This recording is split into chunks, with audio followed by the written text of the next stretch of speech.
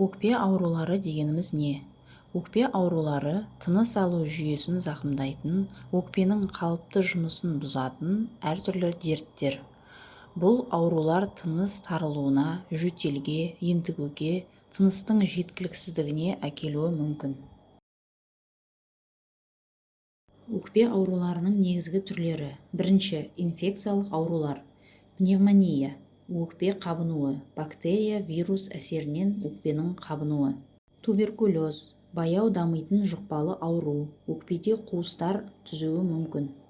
Бронхит, бронхтардың қабынуы, көбіне жөтелмен жүреді. Екінші, созылмалы өкпе аурулары.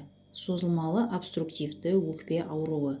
Темекі, шаң әсерінен дамиды, тыныс жолдары тарылып қалады. Бронх демікпесі, астма, аллергия немесе суық әсерінен тыныс жолдарының тарылуы. Эмфизема, өкпе көпіршіктерінің жарылып кеңеюі. Үшінші, аллергиялық және қабынбалы аурулар. Аллергиялық альвеолит, өкпенің фиброзы, өкпе тінінің қатаюы. Саркоидоз. Төртінші, өкпе ісіктері жатады.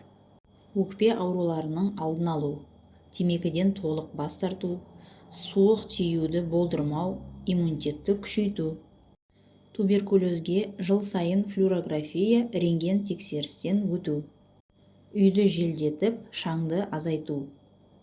Аллергия болса, аллергендерден аулақ болу. Денсаулықтарыңызды сақтап, өздеріңізді күтіп жүріңіздер. Сау болыңыздар.